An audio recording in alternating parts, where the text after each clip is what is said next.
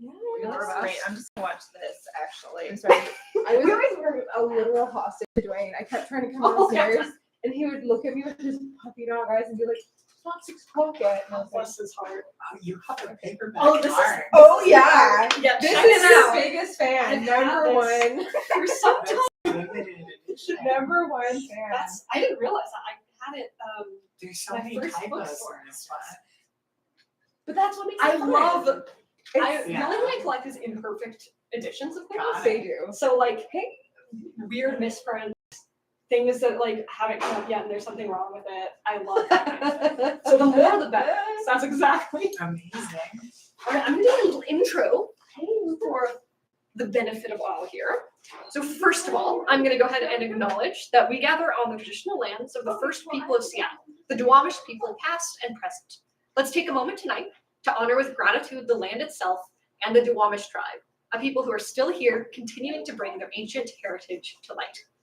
And a little bit of housekeeping for anyone who's watching or here. We have this event coming up on October 26th with an author, Hal Shreve, who's presenting a book called How to Survive the End of the World.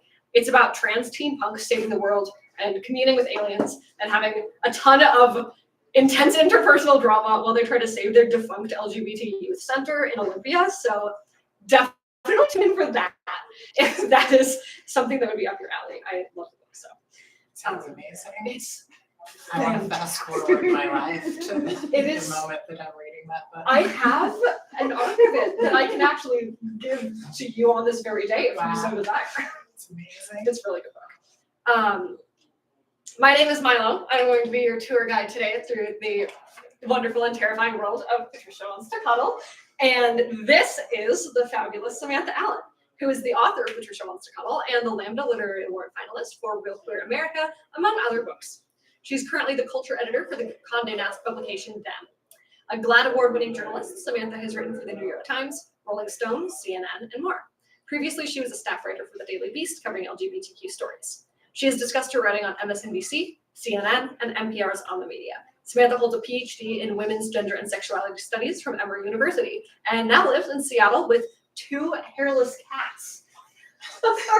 So my first question is, what are the names of your 2 hairless cats? Nala and Spuds. That's the most perfect. It looks like you know. Those are the most perfect things you could have ever chosen. It's really good. Yeah. Especially Spuds.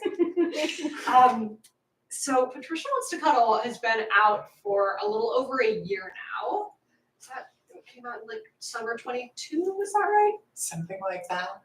Time is a fluid concept. It is, for sure. I would love to know if there's anything that has been surprising to you about how it's been received.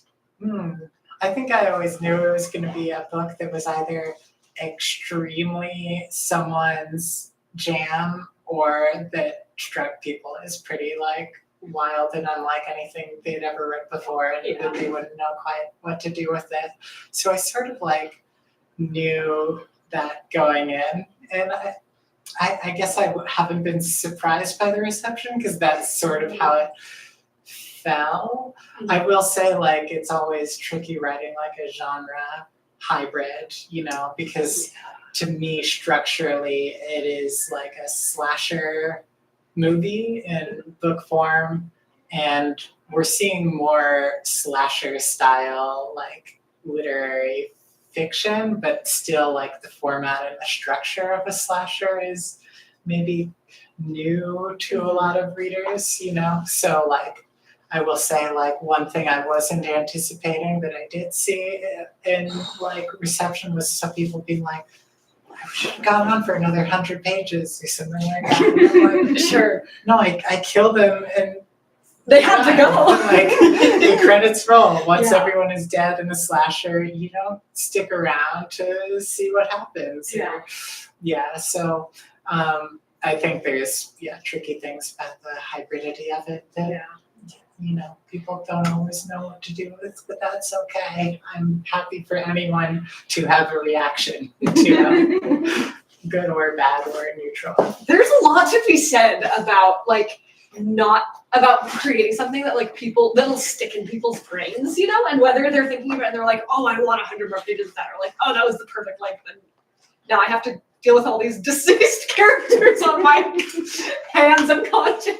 I am like more on the side of like how nice it is to be left wanting something, as opposed to I would much rather do that than overstay my welcome. I think that's extremely wise. I have kind of a genre-related question, which is that one thing that I adore about this book is that it combines so many like really specific kind of types of story. Like it combines kind of the slasher and also this story of a reality show gone wrong, and also kind of the story of like a historical lesbian romance. And first of all, I like the way they contextualize each other and make each other all like richer, I think is a phenomenally executed kind of balancing act. But I'm really curious about like what came first. Like if there was something you thought of and then you were like, oh man, but The Bachelor could really use some gory murders. Oh gosh. I'm flustered because well, thank you for the praise and for noticing the balancing act, because it's a short little book, but there are so many elements of it, and there was like a lot of intricacy to the construction that because it's fairly propulsive, people don't always notice, which I'm okay with. Like if someone sits down and reads it in one sitting and was like, that was weird, I'm like, oh, cool. Like, but it really has the range. But like I feel like if you're, have more of an eye for craft of it, you can see like that there's layers going on there. So it started out as like The Bachelor and slasher movies have the same structure, and isn't that a cute idea? Say more on that. Well, like, I obsessively watch like The Bachelor, and so, and I also love horror movies, and I was like, these are both elimination style contests that result in a final girl, and it's like those just need to be like married. It's so like obvious. That's and so true. you kind of watch them for the same reasons. Like The Bachelor is like blood sport. It is like a modern day like gladiatorial like arena. Like you kind of want to see people get sent home. There's like a violence to viewing reality television. And so, I started out with it like that. And originally like the, killer kind of like hunting everyone was going to be like a human killer. And then it was like, well, that didn't quite pop. It didn't have any like metaphorical or symbolic punch. It's so sorry, my answer to the question is so long, but it's you want to know how it fantastic. ballooned out into this thing. So, we're in the Pacific Northwest, and I had set the novel in the Pacific Northwest by now. And I saw a Sasquatch on my cutting board. I guess, like, let's make it a Bigfoot. And to me, like, the Patricia in the book is kind of like a queer trans figure of like the big, scary, hairy outsider. Like, she's everything the women on the couch would hate to be perceived as, tall, hairy, monstrous, grotesque, and she's, literally in the shadows of this heteronormative. I didn't, because I didn't like, it's just kind of the more straightforward narrative, and I found that the interstitials were kind of like a fun way to juxtapose various forms of like communication and media. And what happens throughout the book is like, as you get deeper into the book, the forms of communication between the chapters become more like authentic and direct.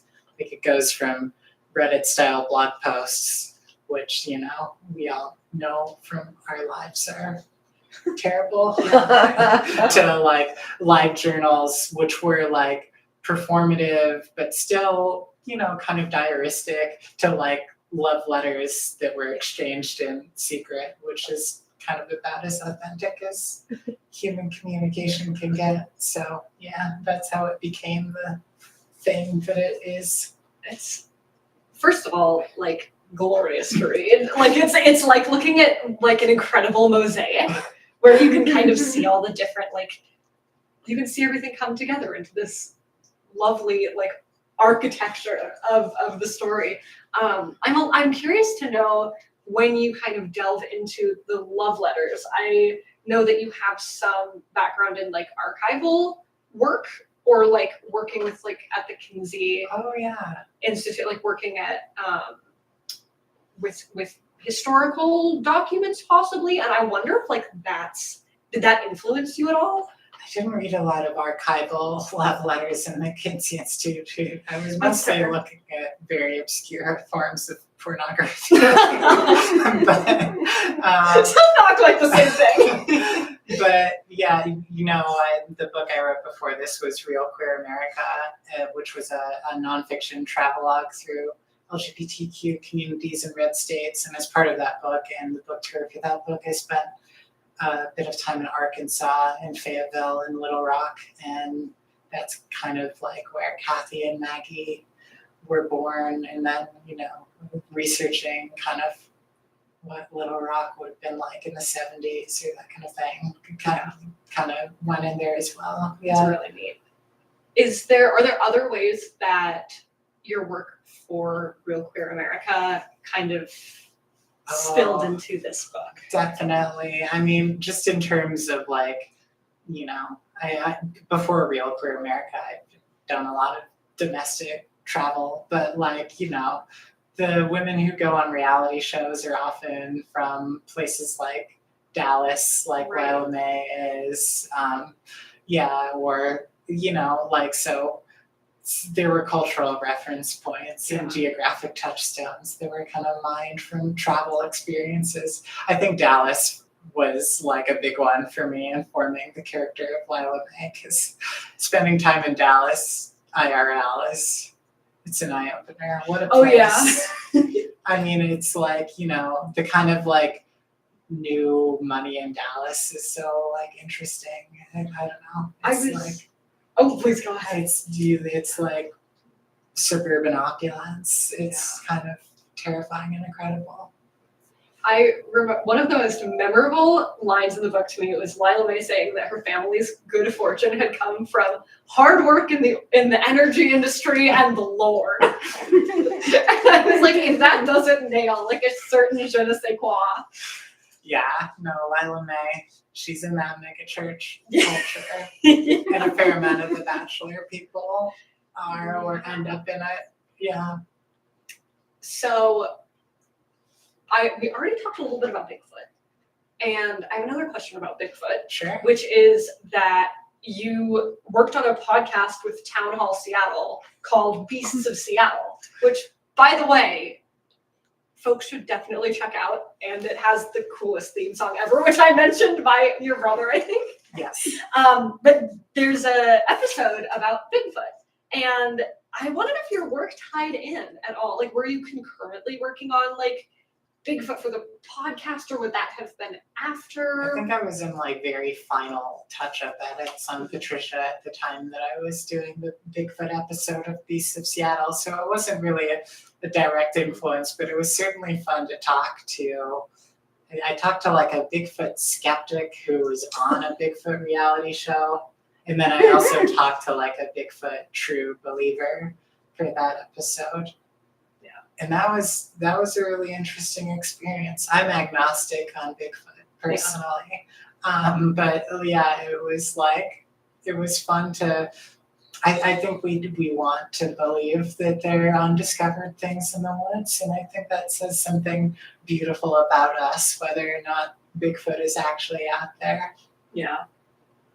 I love the thought of, I was listening to something about the Loch Ness Monster just today. I was like, maybe there's like, likely there's not Nessie, but it would be so kind of, there would be such a cultural loss to Weren't kind they of. just about to survey the lake or something? Is that what It was you read? something, yeah, it was something I like think that. I saw a news story like that they were gonna conduct an official like deep survey of the loch, and people were like, "No, I'm not like sure don't we do want to it. know.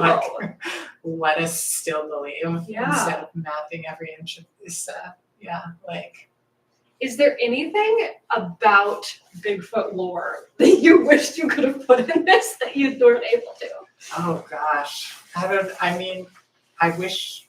know. I sort of like not being, because I'm not like a Bigfoot fanatic, you know? And I kind of liked making Patricia my own thing Yeah. without like following the rules or whatever, you know? I don't know. I worry about getting like locked into tropes or something. Like if I were gonna write a vampire book, there's an idea in a drawer somewhere for one, I don't know that I'd wanna like read all the vampire rules or something. Yeah. It's sort of terrifying to me when genre readers like map things out too much. Oh, Like geez, yeah. when I get to know a new genre that I might want to write in or write a hybrid of, and people are like, this is a friends to lovers, enemies romance with dual perspective, and I'm Yeah. like, oh my god, it's like a math equation.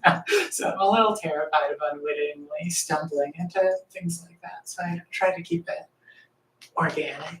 Yes, that makes a lot of sense. It seems like you could run into a pickle there with like trying to sort everything out. Yeah, or just like, I don't know, you discover that people like hate books where the vampires are allergic to garlic or something. And I'm like, oh no. You know the garlic haters are rampant. Yeah. So speaking of kind of multiple perspectives, this book is written from multiple perspectives, and we get to see a glimpse of what each character is thinking, and some of them really stick in our hearts, and some of them immediately we think are insufferable, and maybe by the end our opinions have changed. And I, first of all, would love to know if it was difficult kind of switching between a couple very different registers for these characters. And second, whether there was anyone who it kind of hurt to have to kill. I liked killing all of them. I uniformly took pleasure in every death. I wish I had killed more. Maybe next time. But yeah, I think differentiating that many voices is challenging and something that I worked on over multiple passes. Some were easier to access than others, and then with the help of my editor and, you know, some kind of getting into a character's headspace, the voices got more distinct the more I edited and revisited it. Lila May was pretty easy to access from my own, you know, religious background. I'm an ex-Mormon, and while ex-Mormon isn't quite, you know, evangelical like Dallas megachurch, there's enough cultural similarities to draw on. But yeah, who did I not want to kill? I guess Amanda, because she's relatively inoffensive. She's just like not very bright. Yeah. Is that really a crime? In horror, yes. In real life, no, it's okay. She's also like the archetypical influencer. Yeah. And since the book came out, like as it came out, I think, you know, influencer culture on social media was really popular. I think it's kind of only become more powerful since. It's interesting what's happening. It's really interesting. I would love to hear your thoughts. I think there's a sense in which there's like this 2019 Instagram bubble that's kind of popped in terms of like actual like earning power off of that lifestyle. Like you've seen a lot of people are huge on Instagram, like living off of like, you know, a sponsored post a month. Like now they're doing podcasts and reading HelloFresh ads, you know, something in the economy of that has shifted. But then like, you know, the whole TikTok world has obviously exploded since I wrote Patricia, and that's been interesting and terrifying to watch. Like, since when did everyone become like a film director? Wow. How are you doing this? How are you doing this on your phone? It's wild. Really It's kind have of time surreal. to edit home movies? Like, I made things on iMovie in high school, and it took me like hours. Yeah. And you're like, I don't know, like creating crime fiction of you drinking the Grimace milkshake. Like making a David Fincher movie in your spare time. Drinking a purple milkshake. So, yeah. Yeah, and then people posted, they're like, just another Tuesday. But I'm not sure, are you on TikTok? Mm-mm. Is it monetizable in the same way as I don't- Instagram was at its peak? That's what's curious to me. I don't know to what extent like TikTok is like sponsored content. I know that like Yeah. it has swayed the book economy enormous. Like the Oh, impact yeah. is I want- huge. I mean, I ask people to send me when they see Patricia on TikTok because I refuse to give TikTok my data. Yeah. Even though I've given several tech companies my data. Yeah. But yeah, these days as an author, you're like, please, Yeah. Zoomers, notice me. Well, I will start ferociously giving copies to students on campus who I see filming, and I will say, your time has come. Yeah. You got it. Feel like make a meme where you're like, this is my Roman Empire. Like, have you Yeah, I know. Claire does that. Because Claire does. Because I have a younger sister who's on TikTok. That makes I don't have TikTok either. the meme is that like boys think about the Roman Empire a lot. At least once a Sure. week, yeah. Sure. Unfortunately, I might be closer to being boys. But for sure, I'm gonna talk to our marketing person. I'm gonna say, Katie, you need to help me understand this because we're Yeah. making a video. I also, one thing that you did that I didn't realize how clever it would be when I first read this like last summer, and now I realize just how clever it was, is that you didn't have any real social media companies in it. You had Glamstipics. Oh yeah. Which is like the Instagram allegory. And at the time I was like, oh yeah, okay, it's Instagram, but it's not Instagram. And then the entire debacle with Meta and Twitter, aka X, has gone down. And now I'm like, it was so clever that she didn't like name it and date it in that way. It was one of the first, like, it was just a funny joke to me to make a fake Instagram. And it is funny. And I just like the name. Yeah. It's terrible. It really doesn't make sense as something that would develop in a world that didn't already have Instagram, and yet it is Instagram. It's fun. Because where would the star come from in Glamstipics? And From within. Yeah. I would love to hear more about your obsession with The Bachelor Sure. and how that inspired this, and how you think about The Bachelor differently having written this. The Bachelor is The Bachelor is my RuPaul. It's like it's straight drag. It's like a performance of heterosexuality that's like so extreme that it becomes parodic. And I tell people like, you don't need to read Gender Trouble or waste 5 years of your life getting a PhD in women's gender and sexuality studies. You just need to watch like Hannah Brown's season of The Bachelorette, and you'll understand American culture, you'll understand gender, you'll understand, That's fascinating. But like, I find the performance of it interesting. I find it fascinating that it's largely a homosocial show. That like, yes, they are dating a lead, but functionally, like what you don't see on screen because it's so abbreviated is like, it's an environment in which these women are spending like 6 weeks mostly around each other, apart from like 5-hour like filming days with the lead. And so like many of their most important relationships are with each other. And I find that like interesting from past queer theory standpoints. Ditto for The Bachelorette. Like it's just a bunch of guys in a house together working out. So I find that whole aspect of it really interesting. And like, these women will like go into debt buying cocktail gowns to appear on the show, and then like I think it's loosening up a little bit lately in terms of how they're willing to appear in scenes of like, it's the morning and we're all like holding our mugs with 2 hands and like drinking coffee together or whatever. But like at the time I was watching it, like you would almost never see people allow themselves to be on camera without Dyson Airwrapped curls, fake eyelashes, like the whole deal. And I find that interesting that like it's one of the mechanisms through which like heteronormativity keeps itself is like, yeah. That's super interesting. That's fascinating.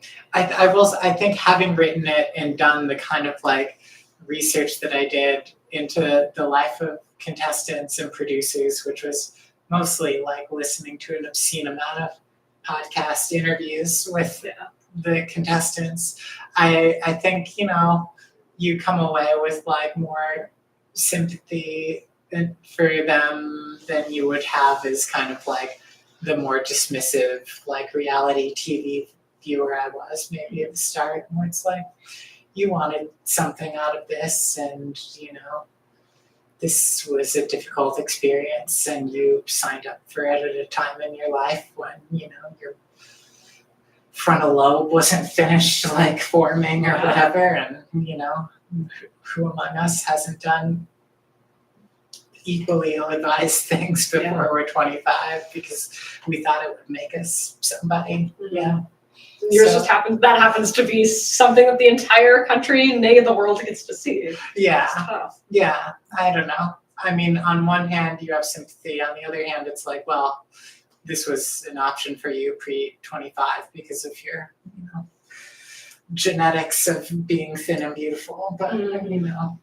Yeah, in Patricia too, there's a valence of like racialization as well, because like Renee is the only like Black woman contestant in the who like has made it as far as she has in the history of the show. Yeah, in like the finals of the show. Yeah, and that's very much based on like the Bachelor IRL, which kind of took embarrassingly long to have contestants of color who got the kind of treatment from producers and leads that would allow them to get to that point in the show, and a long time to actually have leads of color like on helming both the Bachelor and Bachelorette. So yeah, and you know you can listen to like Rachel Lindsay, who was the first Black Bachelorette, talk about her experiences on the show, and like it's eye-opening. And you know you can watch especially like earlier seasons of the show, like you know the women of color will get knocked off like to like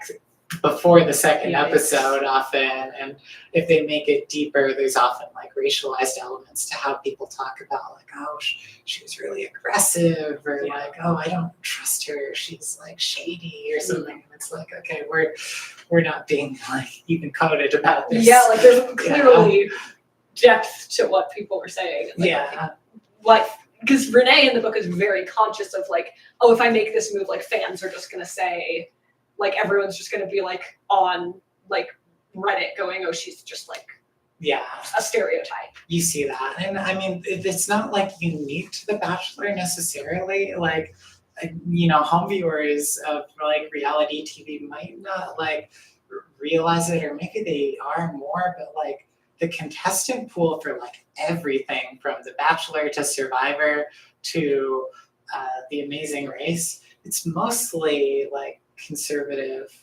folks and often very religious folks, which is why when you have like an out trans contestant on like Survivor or something, why it has such like actual cultural power, because the people who are on that show and who are watching that show are kind of like more politically representative of like you know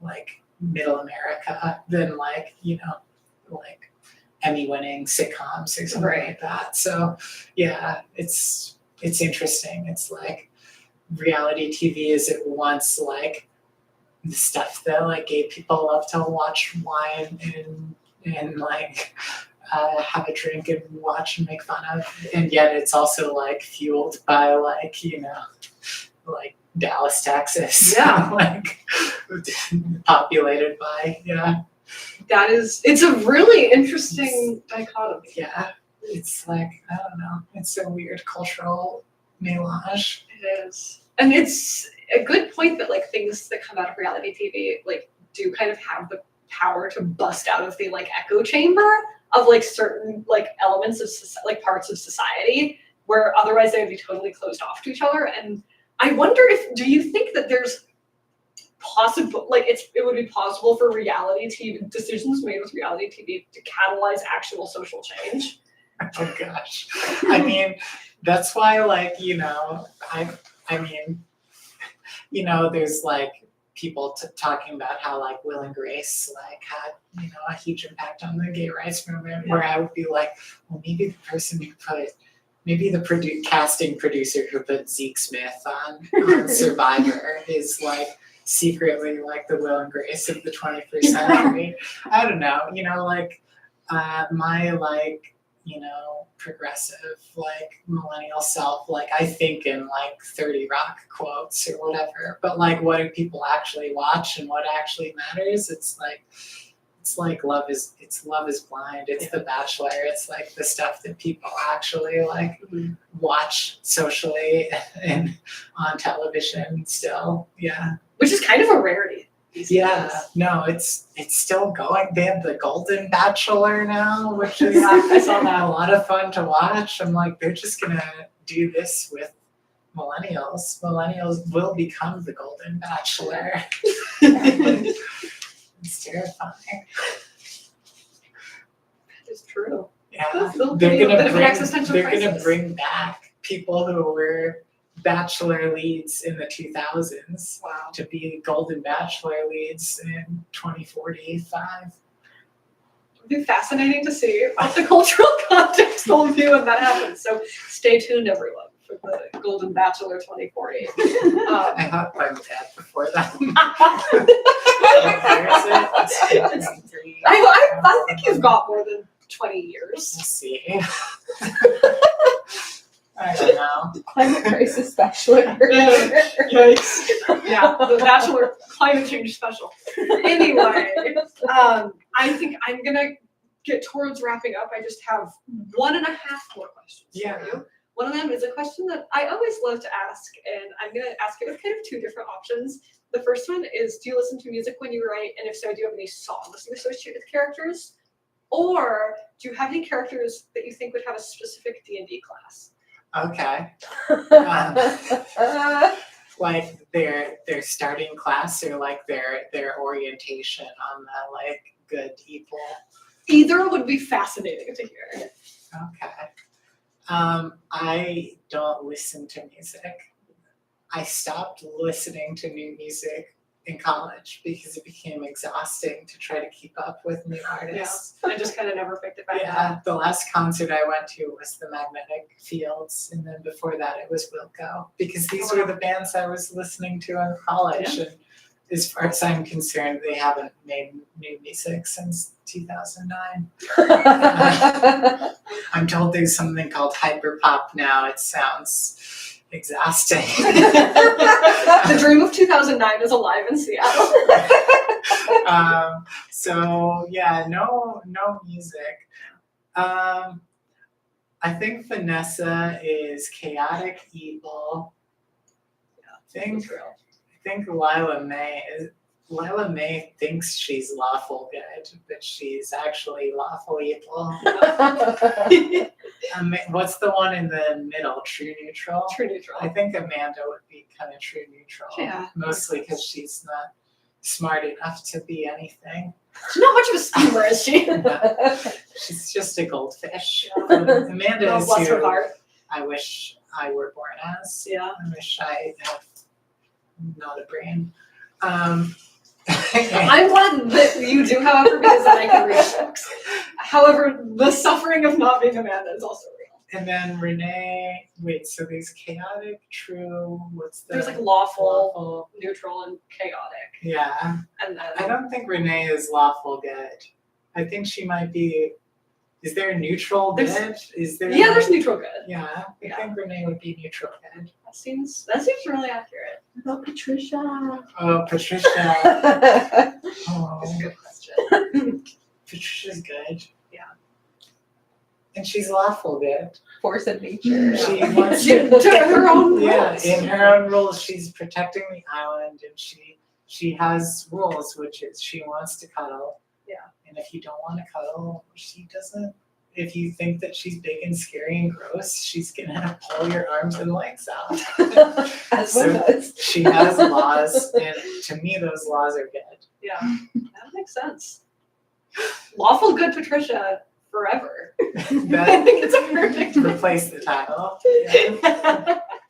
Okay, one last question. Is there anything that you haven't been asked about or haven't gotten a chance to talk about that you'd like to shout out? I have another book coming out sometime. I think maybe next year, maybe the year after. At the start of that year, we'll see when they announce the release date. But it's called Roland Rogers Isn't Dead Yet, and it is a gay rom-com with a ghost. That's delightful. Yeah, There's a ghost? Roland Rogers is the ghost, That's and fantastic. he's not dead yet. But yeah, Yeah. so there's a ticking clock there. Maybe who knows? Oh, I can't wait to read it. I'm super excited. You'll have an arc of it. Where's your Patricia arc? Oh yeah. I don't even have one of those. That's That's amazing.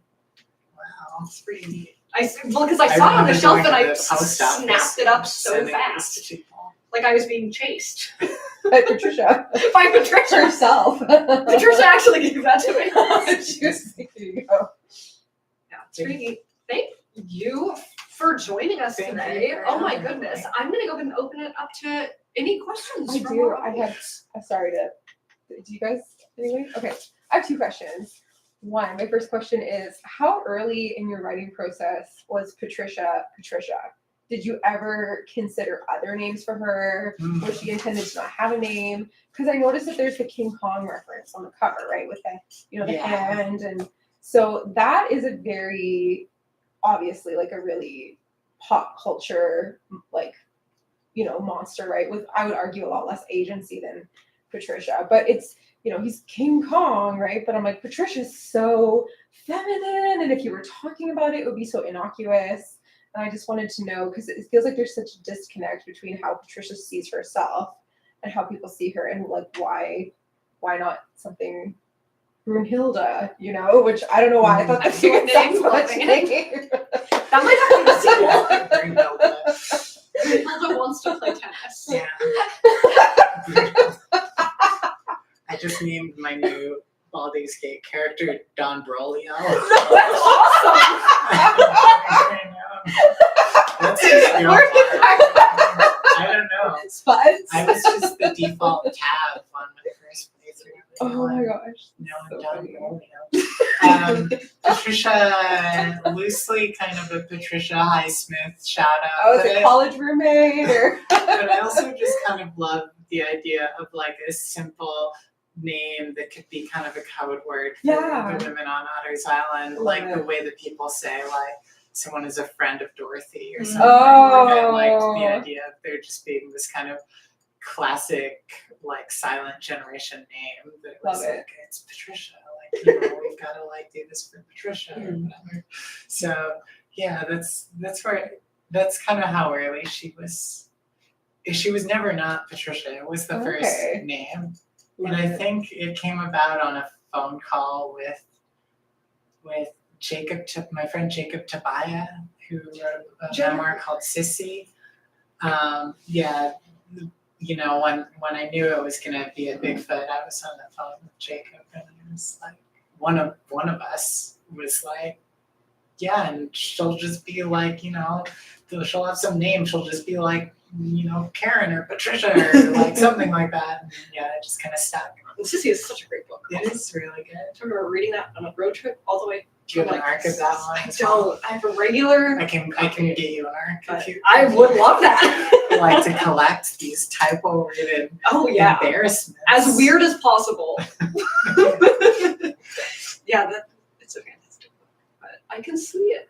There's a real appeal to Patricia. Like It's the classic. genteel nature of Patricia. And I think Maggie says something like that at the end, right? She's like, we just call her Patricia. I'm looking for it. I don't know. It's somewhere in here. I wrote this book, I think. The paperback. Did you see that this paperback edition has additional material at the very I end. didn't see that. Well, that's something that will be exciting. I feel like I need to do a lap of the store with astonishment. There's like excerpts from a chat room of like the Islanders talking about their This is huge scheming. news. I'm over the moon. Oh, that's the little alarm ringing to say that it's 6:45. Awesome. I'm not gonna rush anyone to figure it out. We're all good. Claire, do you have another question? You mentioned you had. I sort of combined it with my King Oh. Kong. I wasn't sure if it was an intentional reference or that was just what the cover art people decided to do. But I did enjoy that it was set in the Pacific Northwest, because my only other monster book I can think of is Twilight. Set in the Pacific Northwest.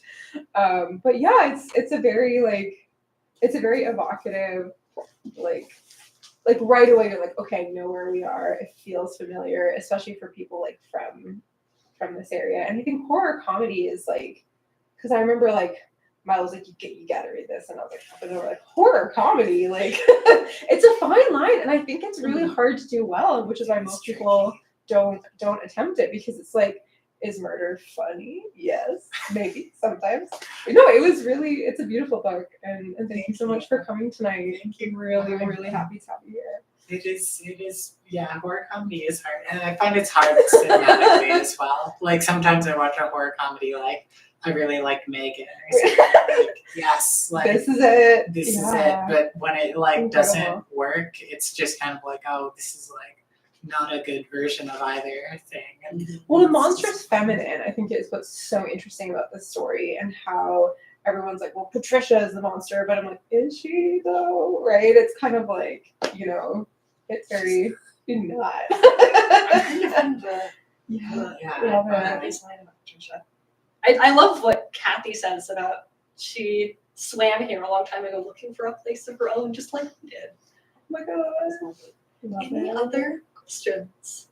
How are you finding Patricia influencing the work that you have now? I think that my new book, it influenced it negatively, which is the new book I was originally going to do that same kind of mosaic style, like interstitial, mixed media kind of thing.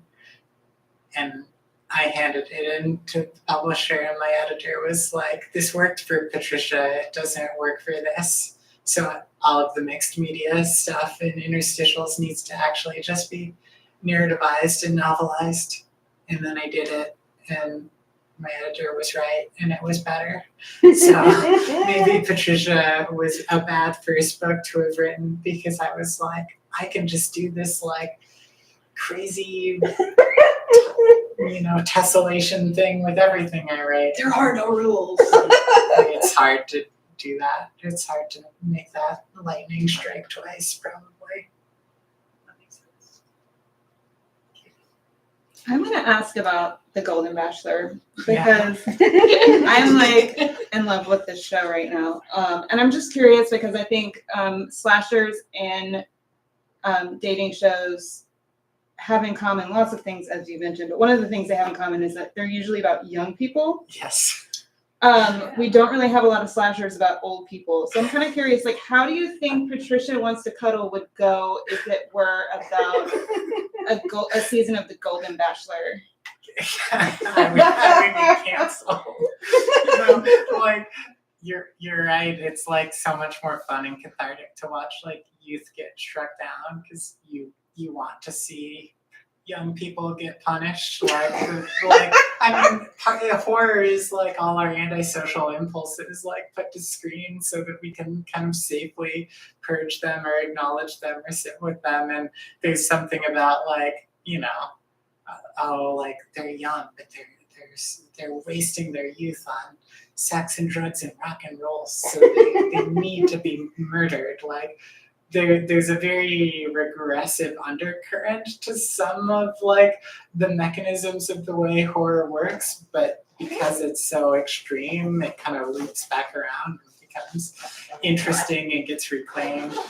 The point being, I don't think you can like think you can kill people and have it work in horror. I guess in Midsummer they had the olds jump off the cliff and break their heads, but that was like genuinely horrifying to watch.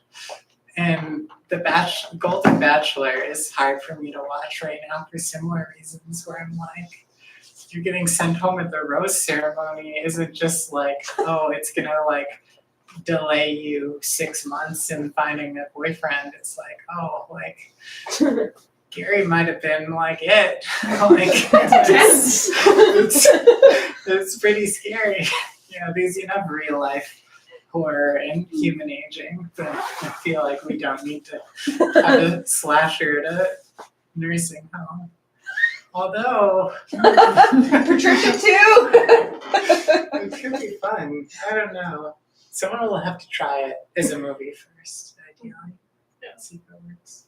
Who's gonna take the plunge? Yeah. All right, any questions?